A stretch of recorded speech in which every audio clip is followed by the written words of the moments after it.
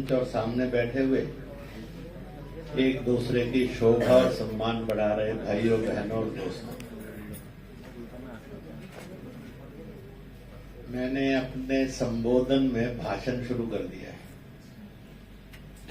मैंने आपको भाई बहन कहा है, यह ईश्वर बनाता है, इसलिए इसको रक्त का रिश्ता कहते हैं। दोस्त इंसान बनाता है, इसलिए इसको इंसानियत का रिश्ता कहते हैं। अगर मानवता ईश्वरीय रिश्ते को और मानवीय रिश्ते को निभाना सीख जाए, शायद दुनिया के 70-80% विवाद खत्म हो जाएंगे। पर मजा नहीं आता बिना घर में। लड़ने में थोड़ा ज्यादा आनंद आता है।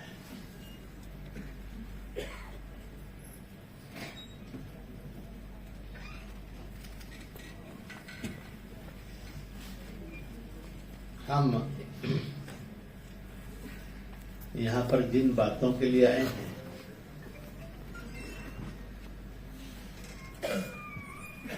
प्राणायाम से शुरू करूंगा और योग पर खत्म करूंगा। दो पंक्तियां कही थी, अपि स्वर्णमय लंका न मे लक्ष्मण रोचते, जननी जन्म भूमिश्च स्वर्गादपि गरीयसी। ये जो आधी पंक्ति है, मुझे एक विश्वविद्यालय के कार्यक्रम में विद्यार्थियों ने, उच्च शिक्षा के और प्राध्यापकों ने प्रश्न पूछा था, जननी जन्म भूमि स्वर्गादपि गरीयसी। जननी और जन्मभूमि स्वर्ग प्रदान करती हैं और उससे महान होती है। इसका साइंटिफिक टेक्निकल लॉजिक क्या है? How it can be said it is correct, how it can be achieved, ये प्राप्त हो सकता है। तो प्रश्न बड़ा लाडला था, अच्छा था। मैं विज्ञान का छात्र रहा, इसलिए सोचने लगा।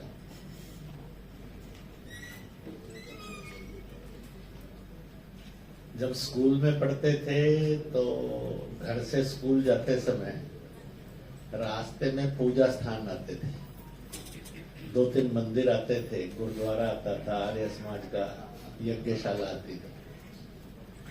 एक वहां पर मियाँ जलाम हो, बेटा दुनिया में जितने संकट आए हैं, जितने हैं और जितने आएंगे, जितने भी प्रश्न हैं, खतरे हैं, मुसीबतें हैं, सबके उत्तर भगवान ने दिए हुए हैं। मेहनत करेगा तप के साथ, लगन के साथ, तो उत्तर मिल जाएंगे, और हाथ पैर फैला लेगा तो उत्तर नहीं मिलेंगे, फेल हो जाएंगे। तुम्हें उत्तर नहीं लिखने हैं, उत्तर तो लिखे हुए हैं, तुम्हें तो उत्तर खोजने हैं। तो खोजोगे तो मिल जाएगा, नहीं खोज पाओगे तो नहीं मिलेगा।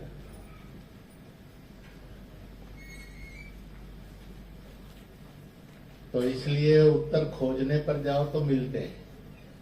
इसलिए जब मेरी रैगिंग हुई थी सन 1966 में पंजाब इंजीनियरिंग कॉलेज चंडीगढ़ में, तो मुझे 5 गज दूध खरीदने के लिए भेजा था सीनियर्स। तब मैंने पहली बार 5 गज दूध खरीदा, उसके बाद कभी जिंदगी में खरीदने की जरूरत नहीं पड़ी। आप में से जिनको लगता है कि 5 गज दूध खरीदा जा सकता है, वो जरा हाथ खड़ा करो। घबराना नहीं। और जिनको लगता है ये बिल्कुल मूर्खों का काम है, वो जरा हाथ खड़ा करो। खिरमे जी ने हाथ खड़ा किया, देखना नहीं, आप पीछे भी किया है।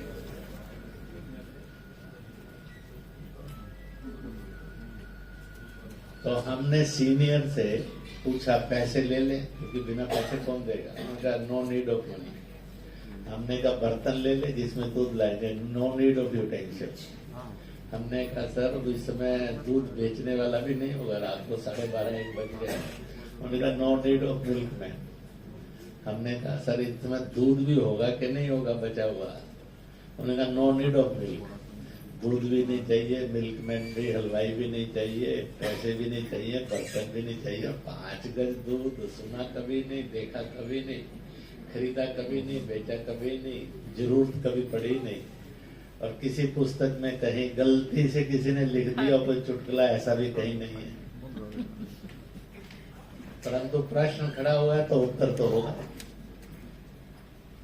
इसलिए कहते हैं कि ईश्वर पर विश्वास करोगे तो सब प्रश्नों के उत्तर मिलोगे, प्रश्न खड़ा करोगे तो स्वयं भटक जाओगे। तो हम गए, घूम घाम कर आए, अपने सीनियर्स को कहा कि लीजिए 5 गज दूध है। उन्होंने भी हाथ आगे बढ़ाकर ले लिया, नाटक पूरा हो गया।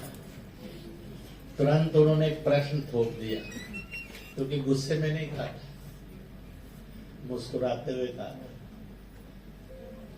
तो उन्होंने कहा बेटा मैंने आज तक नहीं पढ़ा, पता नहीं कौन से नए सब्जेक्ट में 5 गज दूध एडिशन हुआ है। 68 साल हो गए हमारे बुजुर्गों को यहाँ दुकान चलाते हुए, आज तक तो ये कभी नहीं मांगा किसी। तुम ही बता दो, क्योंकि तुम पहले आदमी बच्चे हो जो 5 गज दूध मांगने आए। हमने जो कहानी घड़ी, हमने कहा ये हमारा बर्तन है, मान लो। और ये दूसरा हाथ आपका हाथ है, उसमें भी बर्तन है। आप अपने हाथ वाले बर्तन में मान लो कि काम करते कि 10 ग्राम दूध है। हमारे बर्तन को छुड़िए, अपने बर्तन को ऊपर ऊपर ऊपर ऊपर लेते जाइए, एक ऊपर ले जाइए, फिर बुलंदी 5 बार ये प्रैक्टिस कर लीजिए और कहिए कि 5 यार्ड हो गया। उनको भी इससे ज्यादा उत्तर नहीं आता था, इसलिए उन्होंने मान लिया कि 5 गज।